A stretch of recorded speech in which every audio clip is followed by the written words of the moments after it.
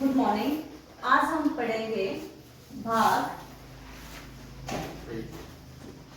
5, ठीक है, जिसका नाम है संघ, यानी कि संघ की कार्यपालिका। और भाग 5 में हमारे पास 5 चैप्टर है, ठीक है। तो सबसे पहला जो चैप्टर है उसमें क्या है, उसमें है हमारा, कहाँ तक पढ़े थे हमने आर्टिकल 51 तक, 52 से लेकर 78 जो आर्टिकल है उसमें हमारा क्या है, प्रेसिडेंट ऑफ इंडिया। उसके बाद वाइस प्रेसिडेंट ऑफ इंडिया, ठीक है। उसके बाद है काउंसिल ऑफ मिनिस्टर,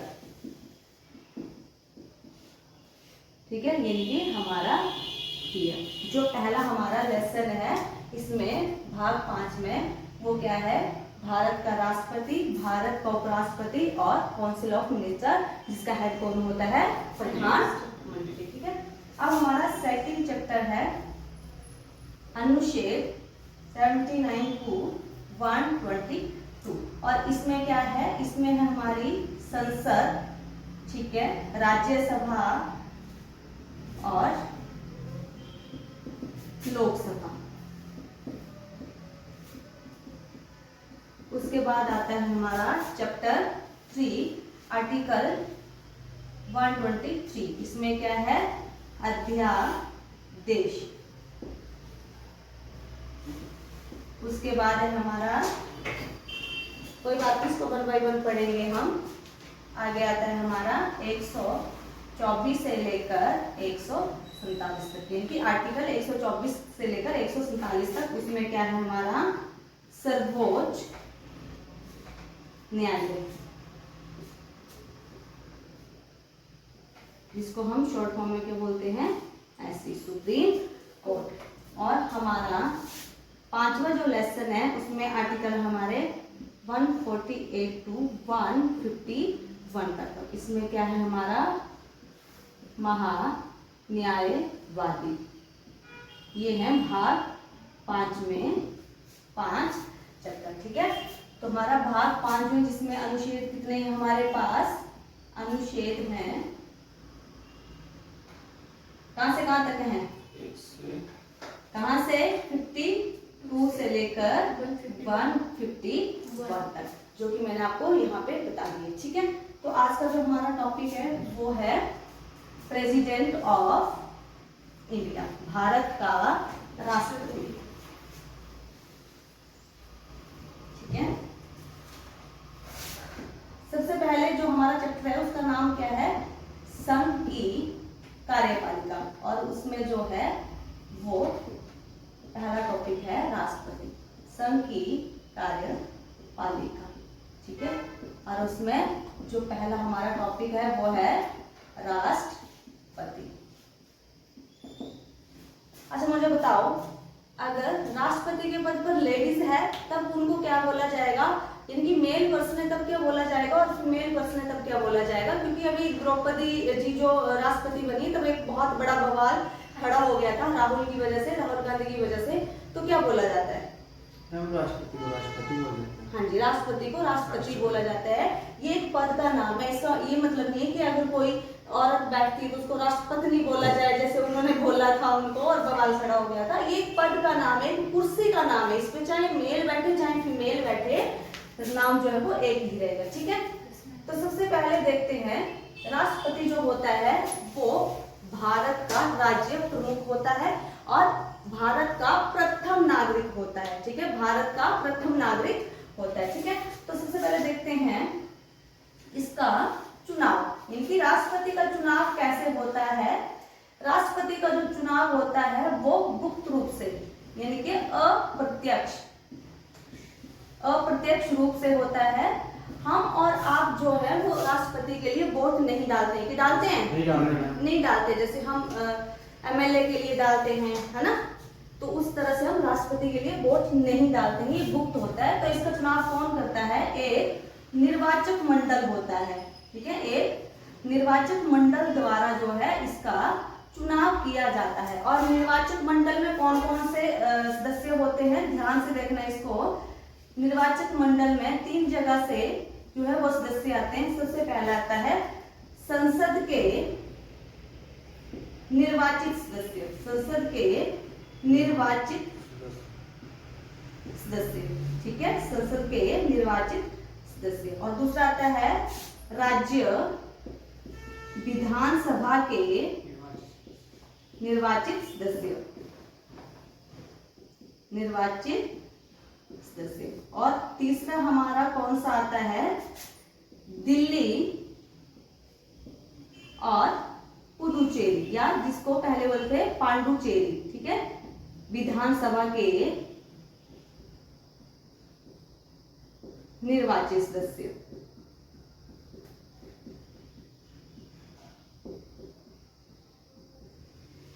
ठीक है, कहां से आते हैं, संसद के निर्वाचित सदस्य और राज्य विधानसभा के निर्वाचित सदस्य और दिल्ली और पुदुचेरी विधानसभा के निर्वाचित सदस्य। देखो ये पहले नहीं थे, ये दिल्ली और पुदुचेरी जो है 70वें संविधान संशोधन में इनको ऐड किया गया है। ठीक है, पहले ये मूल संविधान में नहीं थे।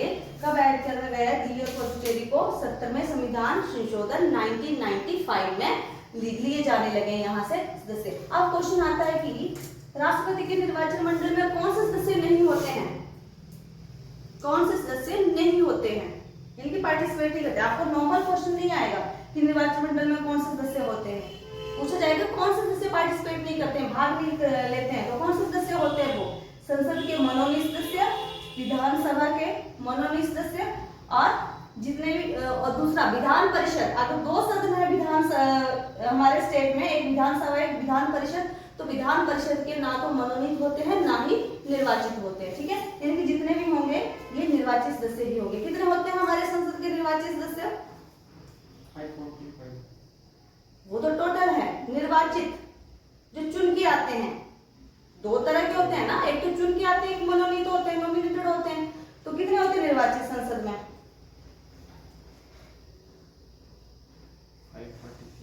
543। लेकिन जनवरी 20 में क्या हुआ है, हमारा जो है जनवरी 2020 में क्या हुआ कि जो मनोनीत सदस्य होते थे एंग्लो इंडियन, उनकी पोस्ट जो है खत्म कर दिए, क्योंकि इंडिया में सिर्फ 526 या 27 एंग्लो इंडियन है, तो बहुत कम है जनसंख्या में, तो ये यहाँ से काट दिए गए हैं। ठीक है, तो सारे के सारे यहाँ से भी निर्वाचित, यहाँ से भी विधानसभा, यानी कि जितने हमारे स्टेट हैं उनमें जो विधानसभा है उनके टोटल सदस्य, तो ये आई थिंक ये है 4020। देखो यहाँ से हमारे पास कितने आएंगे, 543 प्लस 233, क्योंकि ये जो है लोकसभा के निर्वाचित है और ये राज्यसभा के निर्वाचित है, और यहाँ से आते हैं 4020 सदस्य। ठीक है, और हमारे दिल्ली से आते हैं 70 और पुदुचेरी से आते हैं 30। तो टोटल कर लेना कितने सदस्य जो मिलकर राष्ट्रपति का चुनाव करते हैं। क्लियर होगी। अब देखो संविधान में ये प्रावधान है कि प्रत्येक राज्यों को समान प्रतिनिधित्व मिले। ठीक है, तो क्या किया जाता है, विधायक के जो हमारा विधायक है उसके मत का मूल्य कैसे निकाला जाता है। ठीक है, कैसे निकालेंगे, तो यहाँ पे क्या होगा, कुल संख्या जो हमारे स्टेट हैं और यूनियन टेरिटरी है उसकी कुल संख्या बटा राज्य के निर्वाचित जो हमारे विधायक होते हैं। ठीक है, विधायक निर्वाचित जितने विधायक होंगे उनके मतों का मूल्य गुणा 1/1000। इस तरह से फॉर्मूला लगा के इनका जो मत मूल्य है वो ज्ञात किया जाता है। ठीक है, क्लियर होगी चीज। और वैसे ही संसद का मत मूल्य कैसे ज्ञात किया जाता है, संसद का देखो विधायक के मतों का मूल्य कितना होगा, ठीक है, बटा निर्वाचित सदस्य, पूरे जो हमारे संसद के निर्वाचित सदस्य हैं वो होंगे। ठीक है, ऐसे फॉर्मूला करके जो है इनका मत मूल्य निकाला जाता है। ठीक है,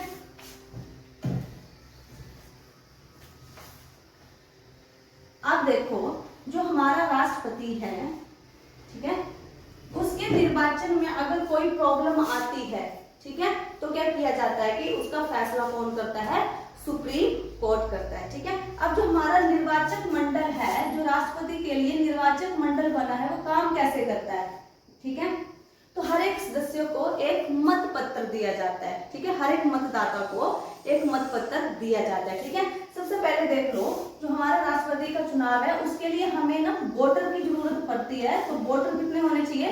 50 जो है प्रस्तावक होने चाहिए और 50 जो है अनुमोदक होने चाहिए। ठीक है, यानी कि पहले ही राष्ट्रपति पद के लिए 100 व्यक्ति होने चाहिए, वोटर में से, बाहर से नहीं, वोटर। ठीक है, और 50 प्रस्तावक, 50 अनुमोदक होने चाहिए। अब मैंने बोला कि निर्वाचन जो मंडल हमारा वो काम कैसे करता है, हर एक मतदाता को एक मत पत्र दिया जाता है और मतदाता जो है मतदान करते समय एक मत पत्र दिया, और मतदान करते समय जो है कोई भी मतदाता अपनी जो, मान लो कि हमारे पास ए, बी, सी और डी 4 कैंडिडेट जो है वो राष्ट्रपति पद के लिए दावेदार है। तो कैसे वोट देंगे?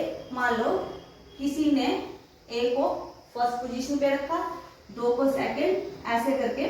ठीक है, अब अगला व्यक्ति किसको ज्यादा पसंद करता है, उसने डी को 1 पे रख दिया, इसको 2 पे रख दिया, इसको 3 पे रख दिया, ऐसे करके। ठीक है, यानी कि वरीयता देते हैं वो। ठीक है, 1 2 3 4। रिजेक्ट ऐसा नहीं है कि वो किसी एक का नाम लिख के पर्ची टाइप जिस तरह से हम वोट डालते हैं वैसा नहीं है, वरीयता देते हैं कि किसको वो ज्यादा पसंद करते हैं, उसके बाद किसको करते हैं, उसके बाद किसको, उसके बाद किसको करते हैं पसंद। ऐसे अपनी वरीयता जो वो अंकित करते हैं उनके नाम के आगे, क्योंकि नाम लिखे होंगे। जैसे यहाँ पे किसी व्यक्ति का नाम लिखा है जो राष्ट्रपति पद के लिए, दूसरा, तीसरा, चौथा, 4 कैंडिडेट खड़े हैं, तो चारों के नाम लिखे जाएंगे और मतदाता जो है वो अपनी वरीयता उनके नाम के आगे अंकित करेंगे। ठीक है, और जब इनकी गणना होती है तो सबसे पहले प्रथम वरीयता वाले मतों की गणना होती है कि कितनों को जो है प्रथम स्थान मिला है। अगर कोई व्यक्ति जो है वो निर्धारित मत प्राप्त कर लेता है तो निर्वाचित हो जाता है फर्स्ट ही उसमें गणना में। अगर नहीं होता है तो क्या होता है कि मत ट्रांसफर की जो है वो प्रक्रिया शुरू हो जाती है। इसमें क्या होता है कि मान लो कि फर्स्ट में जो है वो कोई भी उम्मीदवार जो निर्वाचित नहीं हुआ, तो सेकंड में जब गणना होगी तो उसके जो जितने मत हैं उनको रद्द कर दिया जाएगा और उसके जो न्यूनतम जो मत है उनको कैंसिल कर दिया, और उसके जो मत है ना, उसकी सेकंड गणना के जो मत है उसको अगले व्यक्ति के लिए उसकी फर्स्ट उसमें ट्रांसफर कर दिया जाता है। और ये प्रक्रिया तब तक शुरू हो जाती है रहती है तब तक कोई व्यक्ति जो निर्वाचित नहीं हो जाता है। क्लियर होगी ये चीज? अब करते हैं इसकी प्रेसिडेंट की योग्यताएं। इनकी योग्यता क्या होती है? राष्ट्रपति पद की योग्यताएं। ठीक है, यानी कि क्वालिफिकेशन क्या होनी चाहिए, क्या जरूरत होनी चाहिए। सबसे पहले वो भारत का नागरिक होना चाहिए। अब देखो सवाल उठता है कि भारत का नागरिक है वो जन्म से भारत, जिसका जन्म भारत में हो तभी वो भारत का नागरिक होगा? नहीं, जिसने भारत की नागरिकता प्राप्त भी नहीं की होगी, वो किसी और कंट्री से है लेकिन उसने भारत की नागरिकता प्राप्त की है, तभी वो राष्ट्रपति पद के लिए एलिजिबल है। ठीक है, दूसरा उसकी उम्र कितनी होनी चाहिए, आयु कितनी होनी चाहिए? मिनिमम 35 वर्ष और मैक्सिमम कितनी होनी चाहिए? मिनिमम तो 35 वर्ष होनी चाहिए, मैक्सिमम कितनी होनी चाहिए? जैसे हमारे मान लो सुप्रीम कोर्ट के जो न्यायाधीश हैं उनकी मैक्सिमम आयु कितनी होनी चाहिए? 65 और हाई कोर्ट के 62, तो इनकी मैक्सिमम आयु कितनी होनी चाहिए? नो लिमिट, मैक्सिमम आयु की लिमिट नहीं है। ठीक है, ये 100, अगर कोई व्यक्ति 100 साल की उम्र में भी राष्ट्रपति जो है वो बन सकता है। ठीक है, इनकी मैक्सिमम आयु नहीं है। ठीक है, आगे वो लोकसभा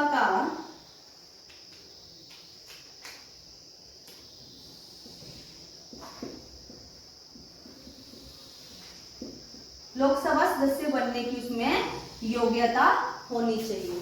लोकसभा का सदस्य बनने की उसमें योग्यता होनी चाहिए। ठीक है, आगे वो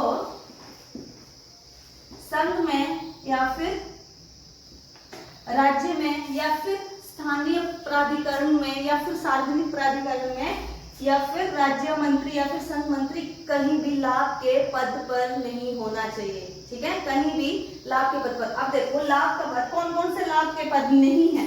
राष्ट्रपति का पद लाभ का नहीं है, उपराष्ट्रपति का पद जो है वो लाभ का नहीं है, राज्य के जो राज्यपाल होते हैं उनका पद जो है वो लाभ का नहीं है, संघ मंत्री हो गए या फिर राज्य मंत्री हो गए, ये सारे पद जो हैं वो लाभ के नहीं हैं, यानी कि ये जो व्यक्ति हैं वो राष्ट्रपति पद के लिए एलिजिबल हैं। यानी कि क्या बोल रहा है कि लाभ के पद पर नहीं होना चाहिए, जो व्यक्ति राष्ट्रपति चुनाव के लिए खड़ा है वो लाभ के पद पर नहीं होना चाहिए। और ये पद जो है वो लाभ के पद नहीं है, वो मंत्री भी हो सकता है, राज्यपाल भी हो सकता है, उपराष्ट्रपति भी हो सकता है। ये बेचारे गरीब लोग हैं, ये लाभ के पद पर नहीं होते हैं। ठीक है, अब है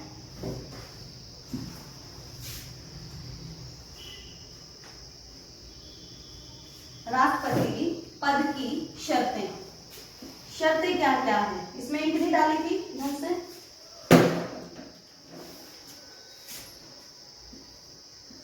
शर्तें क्या है, सबसे पहले वो संघ या राज्य विधायिका में क्या है, वो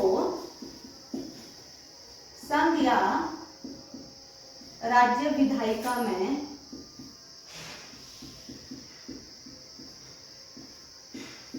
संघ या राज्य विधायिका का किसी भी सदन का सदस्य नहीं होना चाहिए। और ऐसा व्यक्ति अगर राष्ट्रपति पद के लिए निर्वाचित हो जाता है तो उसी टाइम इसका जो पद है वो खाली समझा जाता है। क्लियर होगी ये चीज। और दूसरा, ठीक है, उसको निवास के लिए एक भवन मिलेगा बिना किराए का।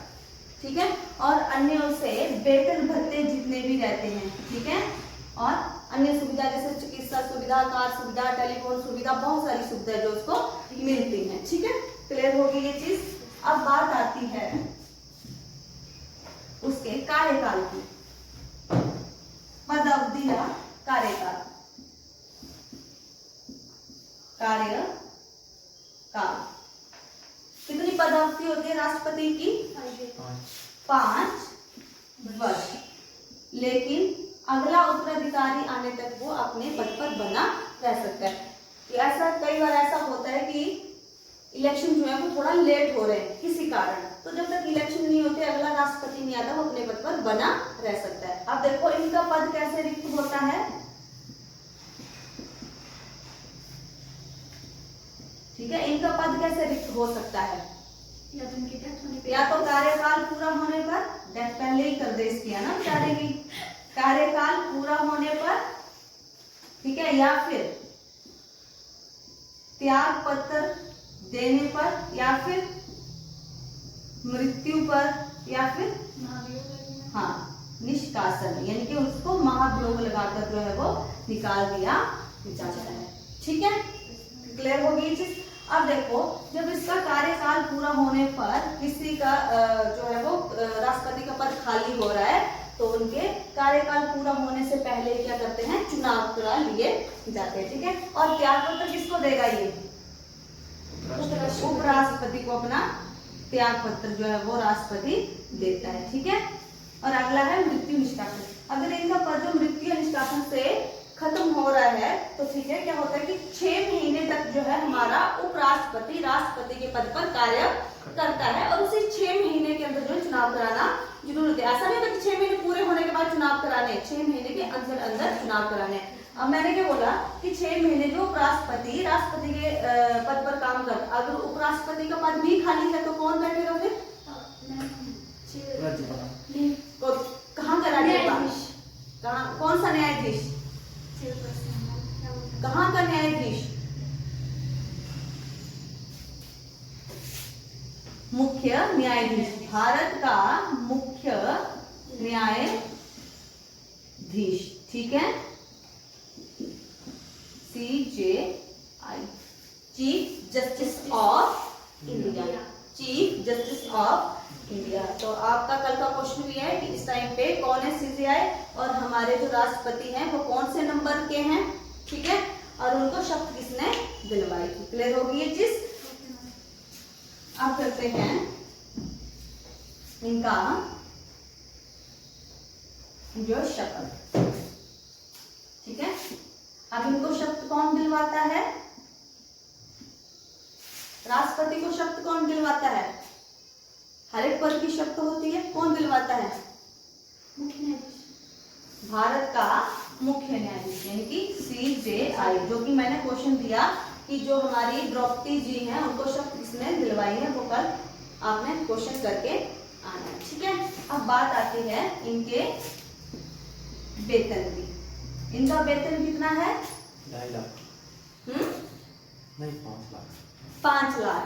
कितना है? 5 लाख। और उनको वेतन कहाँ से दिया जाता है? सरकार। कहाँ से दिया जाता है उनको वेतन? भारत की संचित निधि से। भारत की संचित निधि, कंसोलिडेटेड फंड ऑफ इंडिया, ठीक है। वैसे ही एक निधि स्टेट में होती है, वैसे ही सेंटर में होती है। और उनको पेंशन जो मिलती है वो लास्ट जो इनका वेतन होगा उसका आधा मिलता है, ठीक है। और उनको बाकी सारी सुविधाएं, स्वास्थ्य सुविधा, चिकित्सा सुविधा, टेलीफोनिक सुविधा, आवास, सारी सुविधाएं मिलती हैं। अगर इनकी डेथ हो जाती है तो इनकी पत्नी को पेंशन मिलती है, ठीक है। पत्नी को पेंशन मिलती है तो वो कितनी मिलती है? सैलरी का हाफ नहीं, जो उनकी पेंशन है, जितनी उनको पेंशन मिल रही है उसका आधा, ठीक है। और उनको वही सारी सुविधाएं जो है वो प्रोवाइड करवाई जाती है, ठीक है। तो आज हमने क्या क्या पढ़ा? एक छोटा सा टॉपिक और पढ़ लेते हैं राष्ट्रपति से रिलेटेड, महाभियोग, फिर इसको खत्म करते हैं, ठीक है। महाभियोग, ठीक है, महाभियोग। अब महाभियोग कैसे लगाया, क्यों लगाया जाता है? संविधान का उल्लंघन करने पर, संविधान का उल्लंघन करने पर। अब देखो ये जो शब्द दिया है इसका क्या मतलब है, ये संविधान में कहीं नहीं बताया गया है, यानी कि कोई व्याख्या नहीं की गई है कि क्यों लगाया जाता है, इसका अर्थ क्या है, संविधान का उल्लंघन अर्थ क्या है। क्योंकि एक शब्द के बहुत सारे मीनिंग निकलते हैं तो इसकी व्याख्या नहीं करी है, सिर्फ इतना लिखा है कि संविधान का उल्लंघन करने पर उसको जो है वो उसके ऊपर महाभियोग लगाया जाता है। अब देखो महाभियोग जो है संसद के किसी भी सदन में शुरू किया जाता है, संसद के किसी भी सदन में शुरू किया जा सकता है, किसी भी सदन में शुरू किया जा सकता है, ठीक है। 2 सदन होते हैं, राज्यसभा और लोकसभा, किसी भी सदन में शुरू किया जा सकता है। तो कैसे शुरू करेंगे कि जिस सदन में शुरू करा है उस सदन के कुल सदस्य के 1/4 यानी कि 1/4 जो व्यक्ति है उनके साइन होने चाहिए, ठीक है, उनके साइन होने चाहिए उस प्रस्ताव पर जो राष्ट्रपति के खिलाफ लाया जा रहा है, ठीक है। उसके बाद जो है ये प्रस्ताव कहाँ जाता है? दूसरे सदन में जाता है और ये 1/4 के साइन करवाने के बाद 2/3 से ये प्रस्ताव पारित करके दूसरे जब सदन में भेजा जाता है तो दूसरा सदन क्या करता है? इसकी जांच करता है, ठीक है। और जांच जब करता है तो देखो महाभियोग लगाने से पहले क्या हो गया? निशा बहुत स्माइल कर रहे हो, किसका मैसेज आ रहा है? ठीक है, महाभियोग लगाने से पहले जो है वो राष्ट्रपति को 14 दिन पहले नोटिस दिया जाता है कि आपके ऊपर इस तरह का महाभियोग जो है वो या महाभियोग की प्रक्रिया शुरू करी जा रही है, ठीक है। तो 14 दिन पहले उसको नोटिस रिटन में जाता है, ठीक है। और जब 2/3 से पास होने के बाद दूसरे सदन में जाता है तो दूसरा सदन इसकी जांच करता है और वो सदन भी 2/3 से इस प्रस्ताव को पारित कर देता है। दूसरा सदन भी क्या करता है? 2/3 बहुमत से इस प्रस्ताव को पारित कर देता है। तो जिस दिन ये प्रस्ताव पारित होगा उसी दिन से राष्ट्रपति का पद जो है रिक्त समझा जाएगा। क्लियर हो गई चीज? इतना क्लियर हो गया? आज के लिए इतना पढ़ते हैं। हमने पढ़ा क्या क्या वो मैं आपको एक बार से फिर बता देती हूँ, ठीक है। सबसे पहले हमने पढ़ा राष्ट्रपति का चुनाव, ठीक है, कैसे होता है? चुनाव मंडल से होता है। फिर इसका कार्यकाल, ठीक है। उसके बाद हमने इसकी योग्यताएं पढ़ी, फिर हमने पद की शर्तें पढ़ी, उसके बाद इनका वेतन, पेंशन और महाभियोग की प्रक्रिया, ठीक है, यही पढ़ा। तो कल हम आगे पढ़ेंगे इनकी शक्तियां क्या हैं। धन्यवाद।